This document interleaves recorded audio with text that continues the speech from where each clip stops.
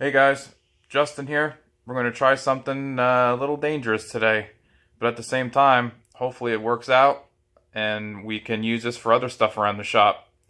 So, just to kind of give you a little idea of what I'm trying to do, first I'll tell you what it's for.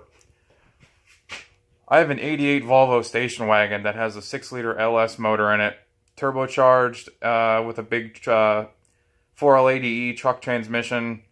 Makes a little over 500 horsepower now. Want to get it switched over to E85 for this season to try to get more power out of it. So, as most of you guys know, that when you convert a car to E85 requires more than the regular amount of fuel. I think it's 40 or 50% more fuel than I need. So in turn, I need larger injectors, larger fuel lines, and which leads us to where we're at now, more fuel pumps. Unfortunately, when Volvo designed their gas tank, they made the hole barely big enough to fit the stock lift pump in it.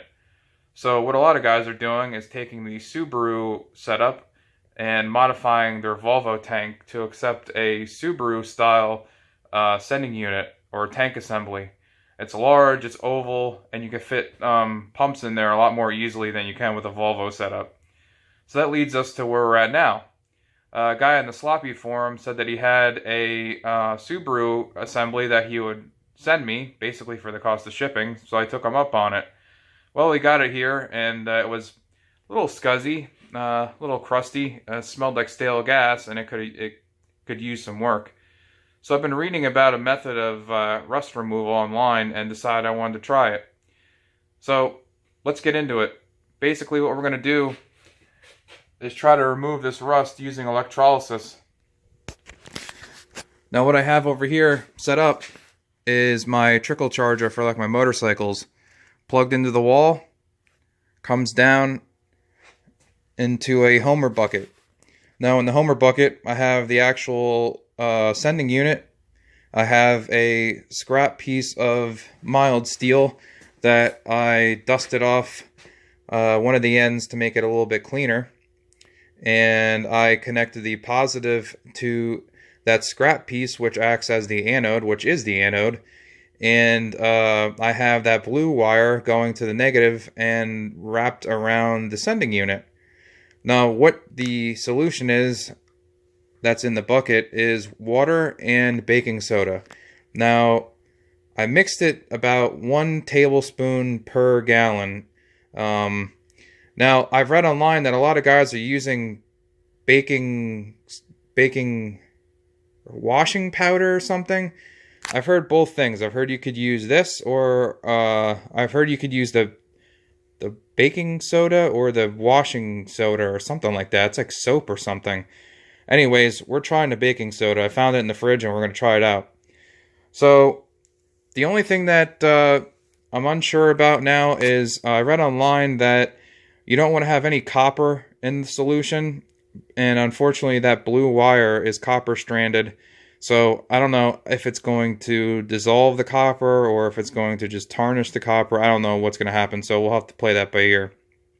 But anyways, word of caution if you're doing this, those bubbles are releasing pure oxygen and pure hydrogen. So you want to do it in a ventilated area, which I'm in my garage, and I have a gable, or a loft, which has gable vents on both sides. So we should be pretty good here. But I took some before and after pictures, and once this is done, which will probably be tomorrow, I'll post the after pictures once it's done. But crossing my fingers that it does something, and it gets this sending unit a little less scuzzy. So we'll try this out, we'll see how it goes, and report back on the findings. So far it looks promising. That water is pretty scuzzy and the color of rust. So like I said, keeping my fingers crossed, and hopefully it turns out for the better.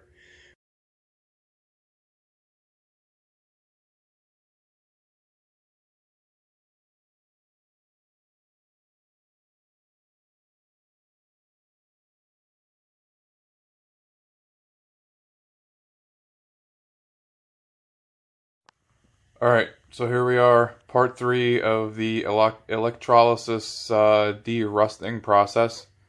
As you can see here, it's still cooking away. I got about 8 total hours into this part right now. I mean, I really haven't had to do any work, so other than look at it every once in a while. So what I'm going to do now is I'm going to shut it off, and I'm going to pull it out, and then I'm going to take it inside, and I'm going to rinse it off and see how it looks. Probably grab some ATF or WD-40 or something to hose it down with once I get it rinsed off, just so it doesn't flash rust again. And then I'll, once I get the time to do it, I'll paint it or seal it or something. But as you can see, it's definitely scummed up the water quite a bit.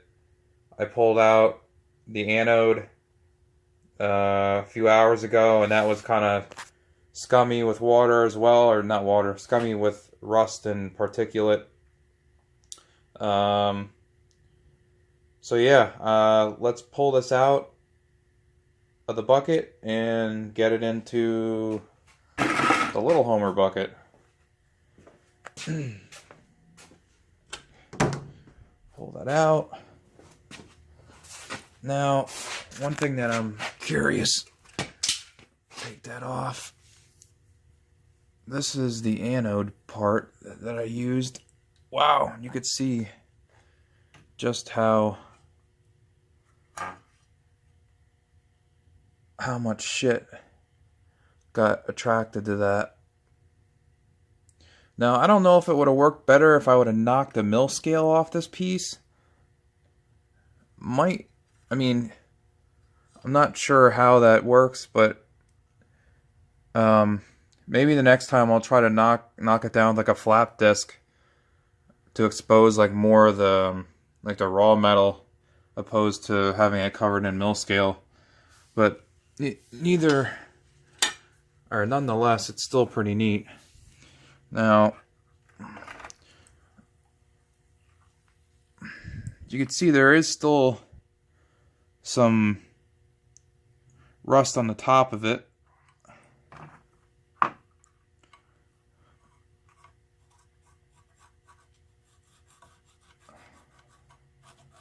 just kind of rubbing it with my finger.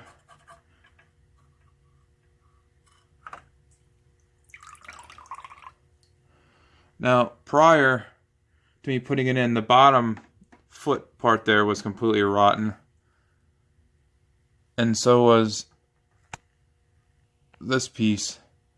Now it's just sludgy with baking soda. So yeah, I'll take it in.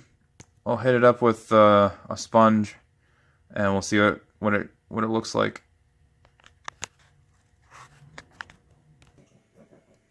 Okay guys, so here we go. I brought this inside. I ran it under some hot water. I got a flashlight here just to see if we can take a look at it.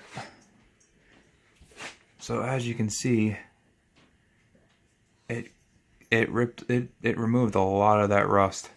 Now there is still a little bit on there, but not nearly as much as when I started. I could probably leave it in there another 8 hours and it would be mint. This piece here looks really good. This foot here I was telling you guys about, that was all rotten. And again, it's not. It's really good. And then on the bottom here too. Before that was all rusted. Now it's not. I used to be an addict and now I'm not. So here's the bottom. This light might be screwing with the camera a little bit. But yeah, that's pretty good considering what it used to be. Good enough for the girls that I go out with.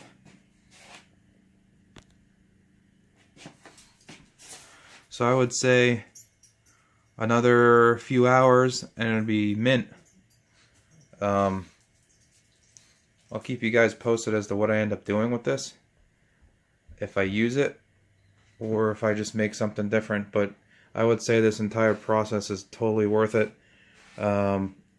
Setup time was like 15 minutes. I got a Homer bucket. I got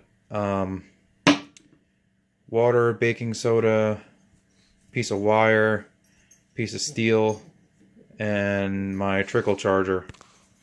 And that was pretty much it. So I would definitely recommend trying this if you have something that you want to restore. Like I said, I have an old bench vise that I'm probably going to try this with. That has layers and layers and layers of old crusty stuff on it. So I'm going to use this process on that and you know, try to bring that back. So what I'll do with this now is just hit it with some WD-40 so it doesn't flash rust. But that's the process in a nutshell. Hopefully you guys were entertained and enlightened at the same time. Thanks guys, have a good rest of the night. Alright guys, if you like this video, like, comment, subscribe. I don't care if you don't like it, you know, still comment, whatever you want to do. If you have any hints or suggestions for doing this, if you've done this with other methods, please feel free to make those comments down below. I'll probably be trying this again on some other stuff. I have some old vintage bench vices that I'd like to restore eventually, and this looks like it might just do the trick. So, thanks again guys, thanks for watching, have a good rest of the weekend, and have a good week.